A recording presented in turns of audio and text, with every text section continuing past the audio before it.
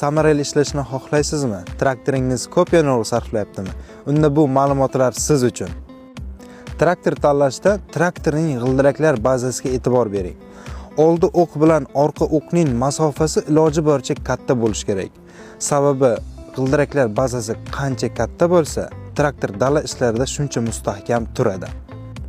Bizning Arion 630S traktorimizda o'zining toifasidagi 150 ot kuchli traktorlar ichida eng katta g'ildiraklar bazasiga ega. 2820 mm. Arion 630 traktorining og'irligi qo'shimcha toshlarsiz 5870 kg. Traktorning og'irligi oldi va orqa o'qqa 50% dan teng taqsimlangan. Bu esa traktorning dala ishlarida plug ilganda oldi ko'tarilib ketishini oldini oladi. Ma'lumot uchun, traktorning bir ot kuchini ishga tushirish uchun 50 kg og'irlik kerak bo'ladi. Traktor shinalar bosimiga ham e'tibor bering. Bizning sharoitlarga tavsiya qilingan orqa shinalar bosimi 1.5 bar. Oldi shinalarniki esa 1.3 bar. Esingizda tuting, orqa shinalar bosimi oldi shinalar bosimiga qaraganda 0.2 barga ko'proq bo'lishi kerak. Bunda siz traktor yoqilg'i sarfini kamaytirasiz.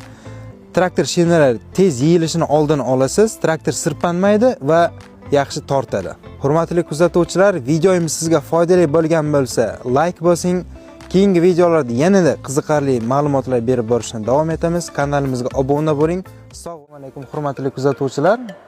O'tgan videomizda sizlarga traktordan samaradorligini oshirish va yoqilg'i sarfini kamaytirish haqida ma'lumot bergan edik. Bugun shu mavzuimiz davom etamiz. Bugun traktor ilgaklari haqida ma'lumot beraman. Har doim traktorning orqa ilgaklari traktorga ulanadigan agregatga moslanishi shart. Tasavvur qiling, traktorning ilgaklari noto'g'ri sozlangan. Bu nima degani? Traktor plugni tekis emas, yonga tortadi. Bu traktorga ortiqcha yuk va samaradorligini yo'qotadi va qo'shimchasiga yana 10% yoqilg'ini ko'proq sarf qiladi. Buni oldini olish uchun agregatning 2 nuqtali ilgak masofasi traktorning ikkita ilgak oraliq masofasiga to'g'ri kelishi kerak. Tasavvur qilaylik, plugning oraliq masofasi 82 cm. Traktorning ikkita ilgak oraliq masofasi ham 82 cm bo'lishi kerak. Buni rostlash uchun esa birinchi o'rinda traktorning orqa ilgaklarini ko'tarib olamiz. Vertikal rostlagichlarning oraligi ham bir xil bo'lishi kerak. Buni o'lchash uchun shu o'rtadan mana bu o'rtaga to'g'ri kelish kerak. Hozir mana ko'ryapsiz, 60,5 cm. Xuddi shu masofa ikkinchi rostlagichda ham to'g'ri kelish kerak. Va yana yon tomondagi rostlagichlar masofasi ham xuddi shunaqa bir-biriga to'g'ri kelish kerak. Buni ham xuddi shu mana bu o'rtadan shu o'rtagacha o'lchashimiz kerak. Shu ikkita tomondagi rostlagichlar masofasi to'g'ri kelish kerak.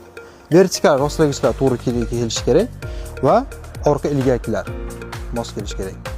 Bu ko'rib turgan markaziy ilgakni esa siz yer haydash jarayonida, plug haydash jarayonida chuqurligiga qarab rostlasangiz bo'ladi. Hurmatli kuzatuvchilar, videomiz sizga foydali bo'lgan bo'lsa, juda ham xursandmiz. Obuna bo'lishni unutmang va izohlarda o'zingizning fikringizni qoldiring. Oldinda sizlarni yanada qiziqarli ma'lumotlar kutyapti. Sog' va salomat bo'linglar.